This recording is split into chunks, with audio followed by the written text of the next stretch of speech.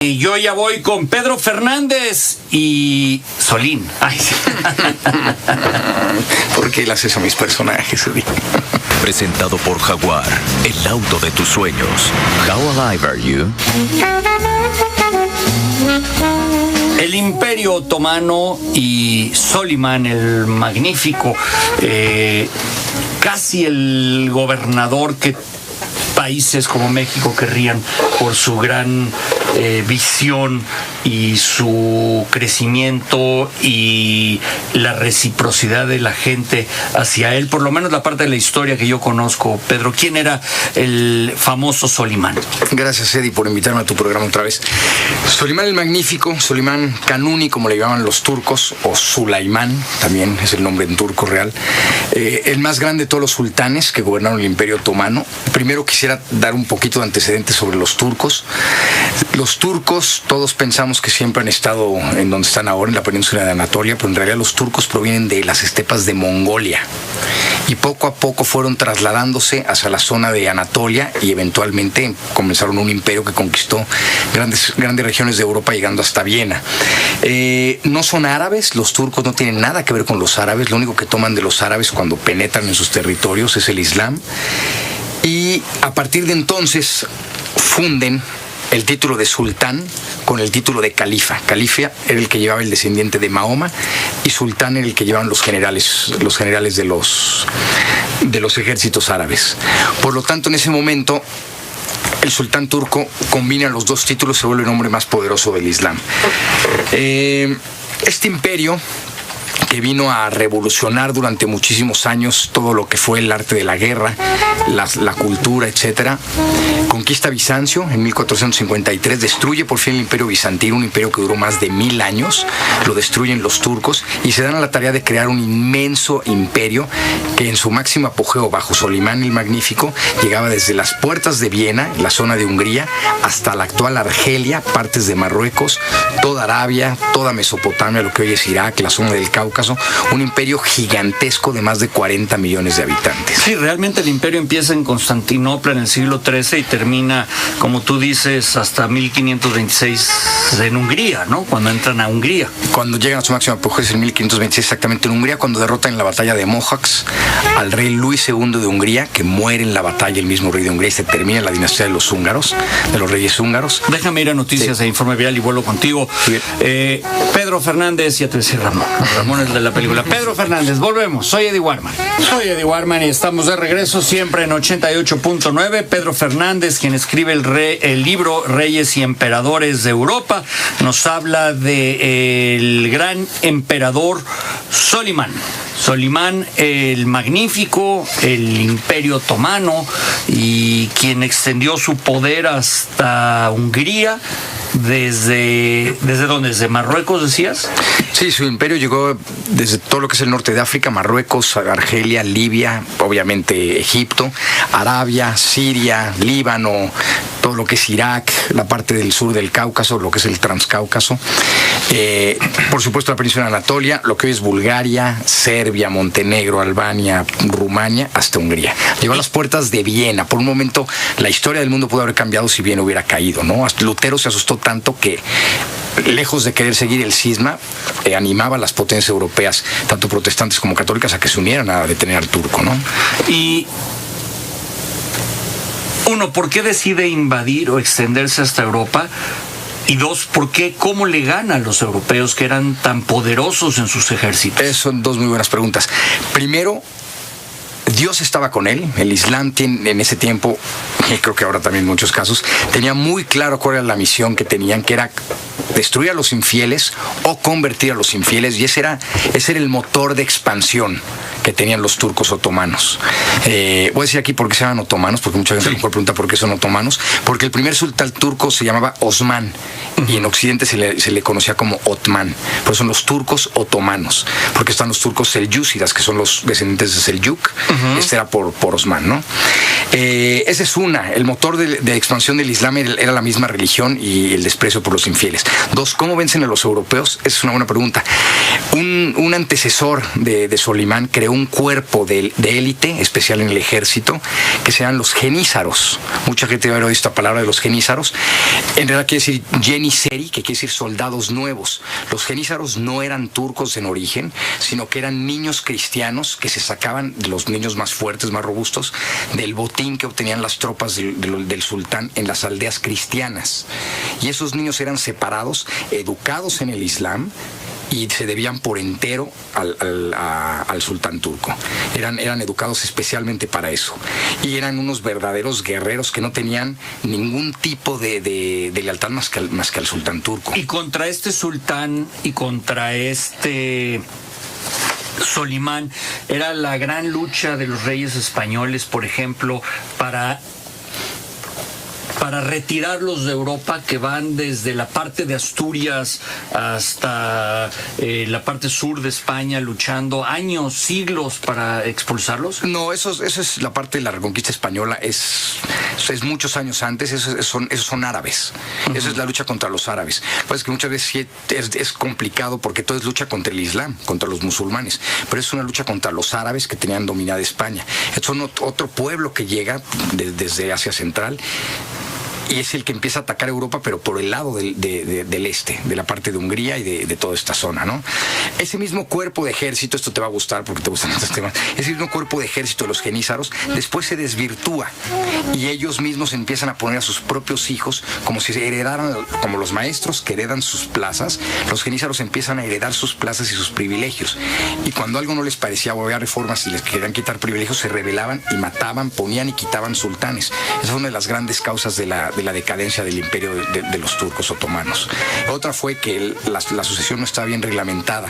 Entonces, como había varias esposas, había hijos de varias esposas, el primogénito, que era el elegido, lo primero que hacía al llegar al trono era mandaba estrangular a todos sus hermanos. Déjame ir a Noticias a Informe Vial y continúas en eddiewarman.tv para subirlo a YouTube y a redes, y Eddie Warman TV, más de el famoso Solimán, el Magnífico y Pedro Fernández. Vamos a noticias, simplemente noticias.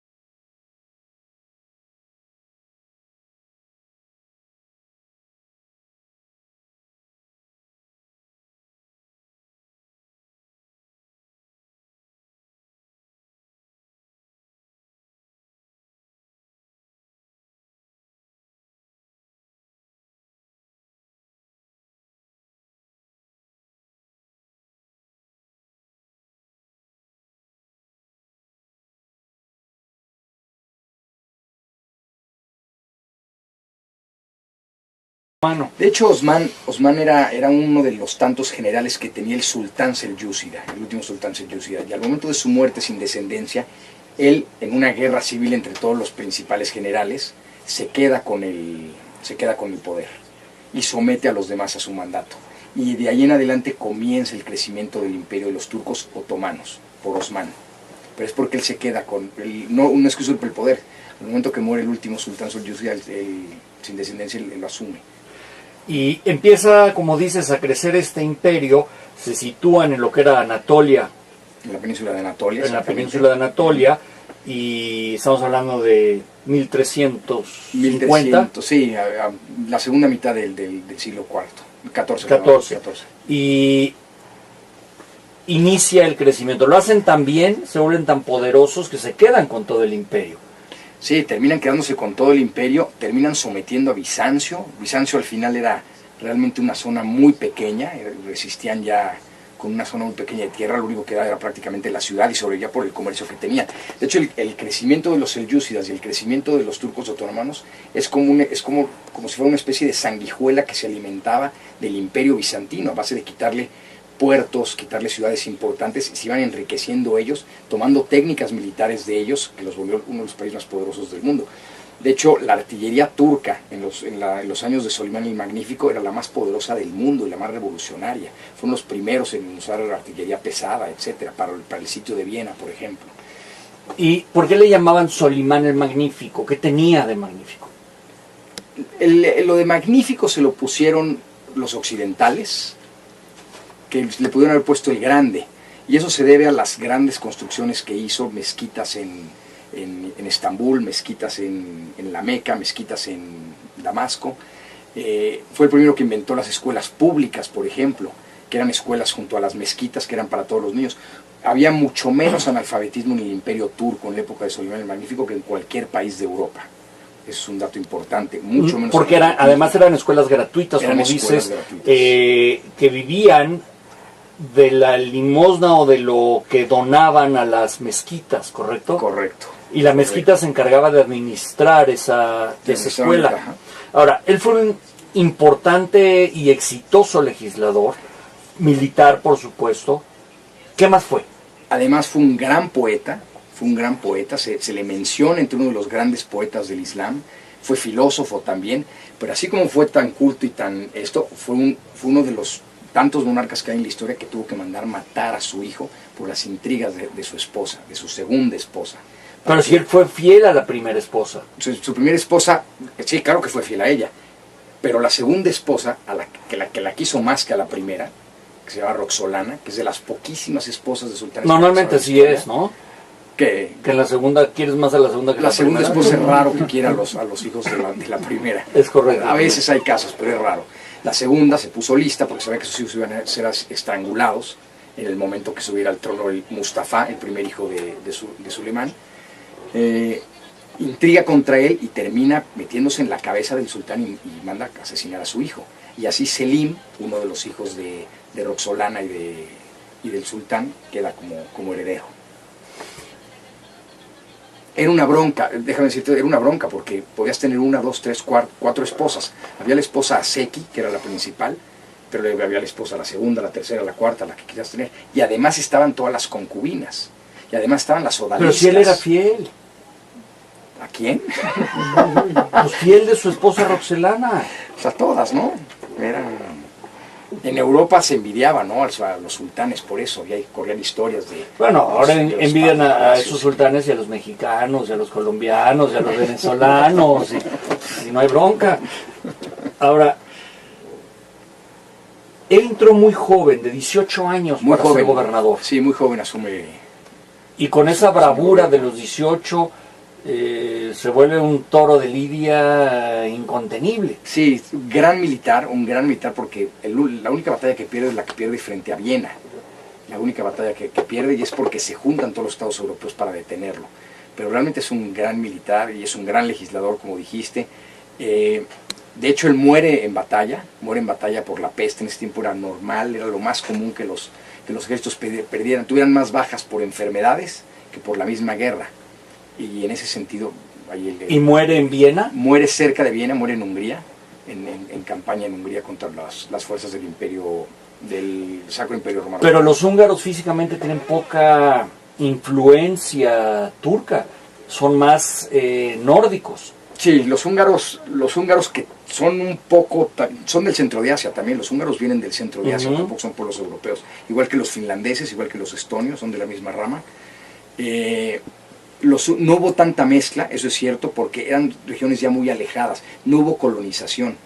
En donde más hubo colonización fue en Albania y en Bosnia, por eso la mayoría de los albaneses son musulmanes, y hay una gran mayoría también de musulmanes en Bosnia, es donde más hubo mezcla, porque en Grecia todos siguieron siendo ortodoxos, en Serbia, en Bulgaria, son países, tú estuviste en Bulgaria, son ortodoxos, no son musulmanes, y aunque ahí hubo un poco más de colonización, no necesariamente se volvieron turcos, ¿no? ¿Qué vale la pena recordar de Solimán? Solimán el Magnífico, primero recordar que fue el más grande de todos los sultanes turcos. Hubo otros importantes, Selim I, su padre, Orkan, que fue el que formó este cuerpo de genízaros, hay que acordarnos de los genízaros, ¿no? Este cuerpo militar. Sus obras, cuando vas a Estambul, muchísimos de los palacios importantes de Estambul son construcción de él, palacios y mezquitas. Gran legislador, porque fue uno de los grandes legisladores, compiló leyes, las simplificó, porque antes había códigos para cosas diferentes, un poco por lo que hizo Napoleón. Y por último, que a partir de su reinado comienza la lenta pero inexorable decadencia del Imperio Otomano, hasta el siglo XX, exactamente. Lo que empezó en Viena en el año de 1529, me parece que fue el sitio de Viena, hasta el final, hasta finales del siglo XIX, fue la gran lucha entre los Austrias, entre los Habsburgo y los otomanos por el control de la península de los Balcanes. Finalmente ellos son aliados en la Primera Guerra Mundial, la pierden los dos, se desmantela el Imperio Austrohúngaro por un lado y se desmantela el Sultanato Turco, donde surge la República Turca con Mustafa Kemal Atatürk, un general. Ahora hay que hablar de ese tal Mustafa. Debemos de hablar de Mustafa, sí, Kemal Atatürk. Muy bien. Pues Pedro Fernández, dales tu Twitter. Ya tengo Twitter, ya ¿Lo ves? Twitter. ¿Lo has leído? Sí, claro. ¿Ya cuántos seguidores tienes? ¿8? 7, porque no salió de viaje. No, así tengo mis seguidores, es @Pedro_historia. Muy bien, @Pedro_ el famoso Pedro Fernández. Muchas gracias. Gracias, Pedro. Eddie. Noticias e informe vial y volvemos. Soy Eddie Warman, siempre 88.9. Y yo ya voy con Pedro Fernández y Solín. Ay, sí. ¿Por qué le haces a mis personajes, Eddie? Presentado por Jaguar, el auto de tus sueños. How alive are you?